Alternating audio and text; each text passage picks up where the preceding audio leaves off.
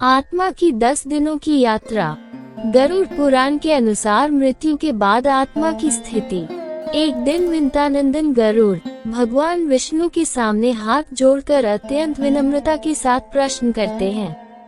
वे कहते हैं, हे प्रभु, जब मनुष्य का प्राण पक्षी शरीर को छोड़कर उड़ जाता है, तब वह आत्मा कहाँ जाती है? मैंने ये सुना है कि मृत्यु के बाद आत्मा लगभग 10 दिनों तक अपने ही घर के मोह में बंधी रहती है। इन 10 दिनों में उसकी क्या अवस्था होती है और उसके परिजन जो पिंडदान करते हैं, उनसे वास्तव में क्या निर्मित होता है?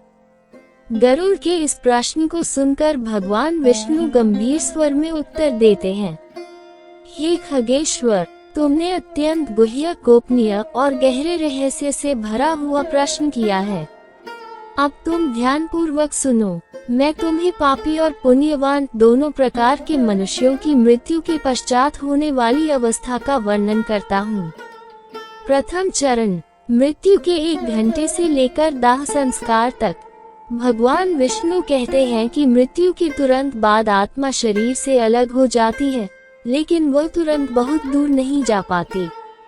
वह अपने मृत शरीर के चारों ओर ही भटकती रहती है।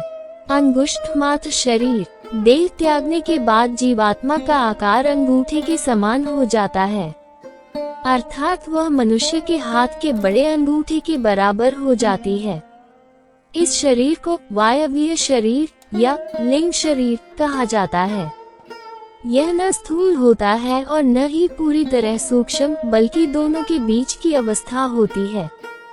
गरुड़ पुराण में कहा गया है, अंगुष्ठमात्र पुरुषो हाहाकारो विचेष्टे यमदूतर वशम नीतो यात्यधु नरकम प्रति। अर्थात अंगूठे के समान आकार वाली वह आत्मा अत्यंत विलाप करती है।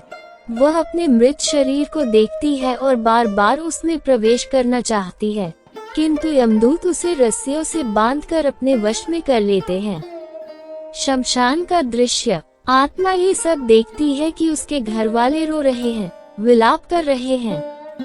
वह उन्हें पुकार कर कहती है, मैं तो यही हूँ, तुम लोग क्यों रो रहे हो? परंतु उसकी आवाज कोई नहीं सुन पाता।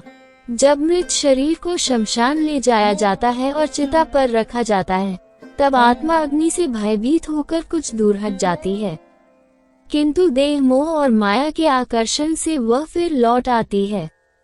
जब शरीर पूरी तरह जलकर राख हो जाता है, तब आत्मा को ये तीव्र अनुभूति होती है कि अब उसका कोई सहारा नहीं रहा।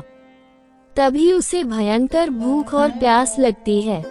भगवान विष्णु गरुड़ से कहते हैं, हे गरुड़, इस समय मृत व्यक्ति के पुत्र या संबंधी जो जलांजलि, तिलजल या तर्पण देते हैं, वही उस आत्मा की प्यास को शांत करता है। यदि कोई पिंडदान या जलदान न करे, तो वह आत्मा प्रेत बनकर अग्नि की तरह जलती रहती है। 10 दिनों तक पिंडदान और नए शरीर का निर्माण। ये सुनकर गरुड़ अत्यंत आश्चर्य में पड़ जाते हैं और प्रश्न करते हैं, हे प्रभु, 10 दिनों तक जो पिंड चावल या आटे के गोले दिए जाते हैं, उनसे क्या होता है? आत्मा तो शरीर रहित होती है, क्या वह इन पिंडों को खाती है? भगवान विष्णु उत्तर देते हैं, नहीं गरुड़, आत्मा इन पिंडों को नहीं खाती। इन 10 पिंडों से आत्मा के लिए एक नया शरीर बनता है, जिसे यातना देह या पिंड देह कहा जाता है। क्योंकि स्थूल शरीर तो अग्नि में भस्म हो चुका होता है, अतः यमलोक की यात्रा के लिए एक नए शरीर की आवश्यकता होती है। 10 पिंडों से शरीर की रचना। गरुड़ पुराण में विस्तार से बताया गया है कि 10 दिनों में दिए गए 10 पिंडों से आत्मा का नया शरीर कैसे बनता है।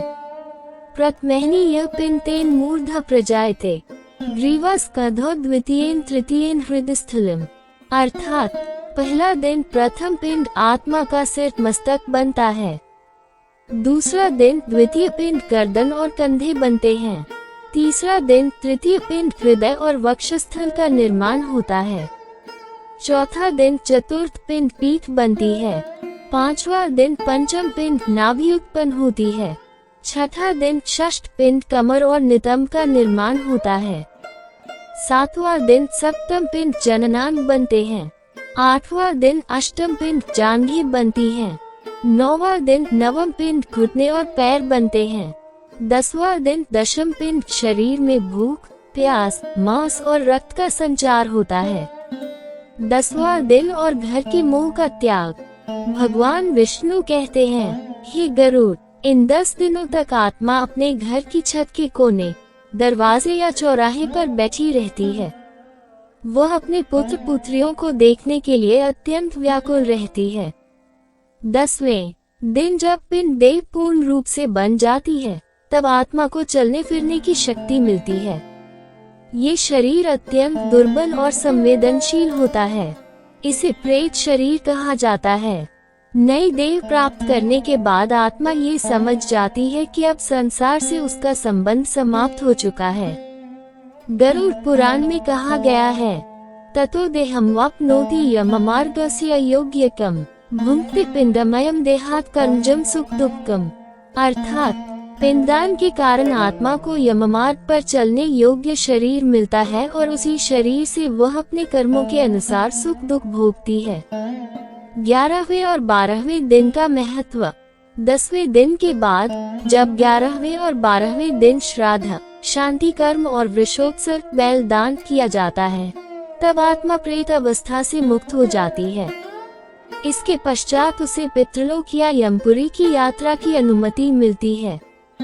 गरुड़ पुराण से मिलने वाले निष्कर्ष। इस पवित्र ग्रंथ से हमें ये ज्ञान प्राप्त होता है, मृत्यु के बाद आत्मा 10 दिनों तक अपने घर के आसपास रहती है।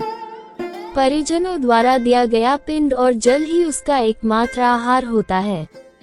इन 10 दिनों में आत्मा का नया सूक्ष्म शरीर बनता है। इसी कारण हिंदू धर्म में 10 दिनों तक शौच और पिंडदान का विशेष महत्व है।